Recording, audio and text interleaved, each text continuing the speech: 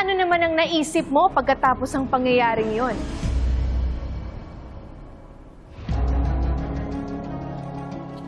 Doon ko po nakita. Doon ko po naramdaman sa yakap na yun. Mahal din po ko ni Sir Samson. Sinungaling! Hindi totoo yung mga sinasabi mo! Hindi ako nagsisinungaling. Sinabi mo sa akin na mahal mo ko. Di ba sinabi mo rin na pagod ka na kay Ma'am Feliz?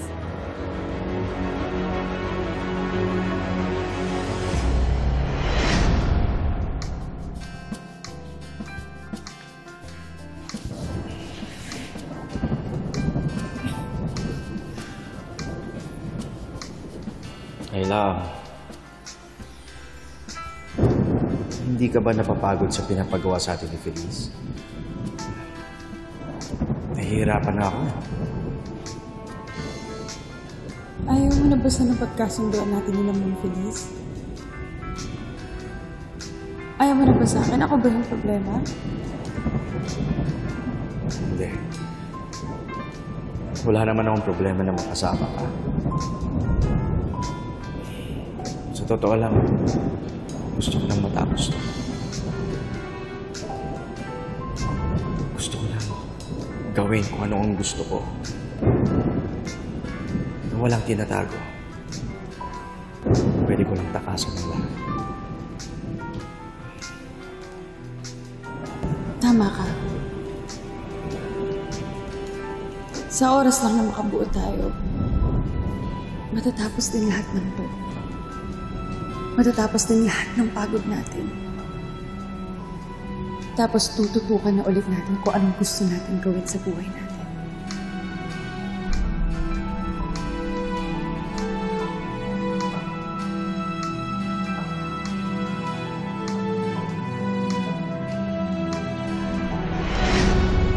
At bakit mo naisip na gusto ni Samson na bumukod na kayo?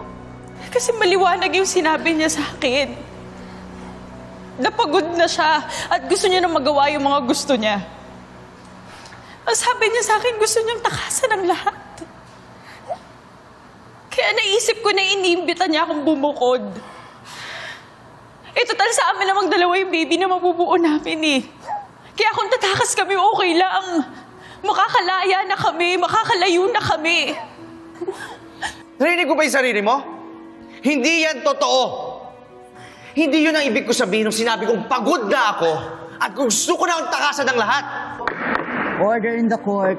Ayla, usapang kaibigan lang yun. Dahil pare-pareho lang tayo, pagod na sa lahat na ginagawa natin. Sir Samson, ano bang pinagsasasabi mo? Nakabuo na tayo, ito na. Di ba gusto mo makatakas? Di ba yun yung gusto mo? Ito na, magkakapamilya na tayo. Kasama yung magiging anak natin, ano pa bang gusto mo? Order in the court. Pamilya? Naiintindihan mo ba yung sinasabi mo, Ayla? Ano ba itong ginagawa mo, ha? Please, tigilan mo ito. Makukulong ko sa ginagawa mo.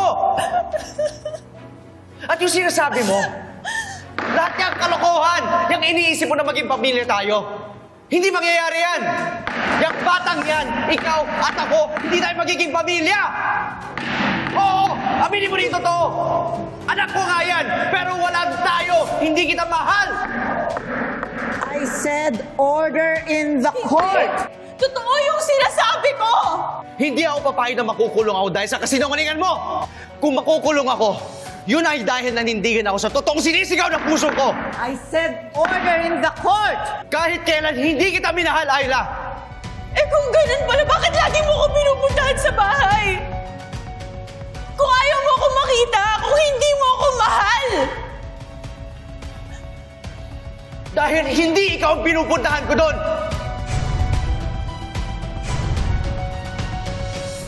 Si Genesis ang pinupuntahan ko!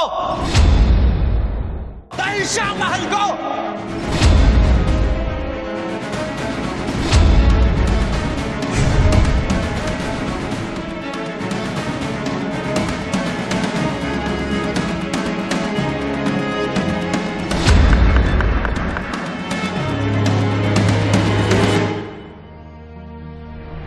Kung iisipin niyo,